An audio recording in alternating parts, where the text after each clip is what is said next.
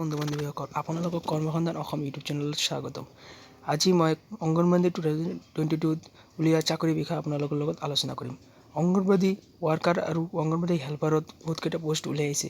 অংগনবাদী ৱাৰ্কাৰৰ আপোনালোকক পোষ্ট আছে 3টা আৰু কোৱালিফিকেশ্যন লাগিব আপোনালোকক হাই ছেকেণ্ডেৰী পাছ কৰিলে আপোনালোকে এই পোষ্টে এপ্লাই কৰিব পাৰে। আৰু অংগনবাদী হেল্পাৰৰ কাৰণে আপোনালোকক কোৱালিফিকেশ্যন লাগিব মেট্ৰিক পাছ কৰিলে আপোনালোকে এই পোষ্ট এপ্লাই কৰিব পাৰে। যিসকলৰ ইচ্ছুক আছে তেওঁলোকৰ বাবে এটা ডাঙৰ সুযোগ আহি পৰিছে। অংগনবাদী ৱাৰ্কাৰৰ কাৰণে আপোনালোকৰ বয়স লাগিব 18ৰ পৰা 44 বয়সলৈকে। আৰু আপোনালোকে এই পোষ্টে এপ্লাই কৰিবলৈ আপোনালোকক ষ্টেণ্ডাৰ্ড ফৰ্ম ফিল আপ কৰিব লাগিব।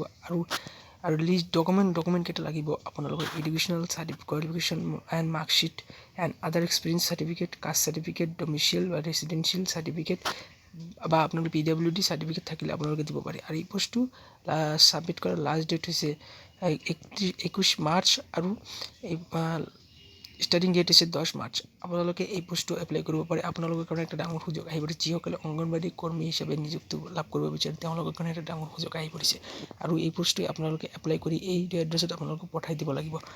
এড্ৰেছটো হৈছে office of the child development project officer, Jorhat rural. তো ধন্যবাদ বন্ধু বান্ধৱীসকল। আৰু কিবা ইনফৰমেশ্যন লাগিলে মোক কমেণ্টত জনাই দিব। আৰু আপোনালোকে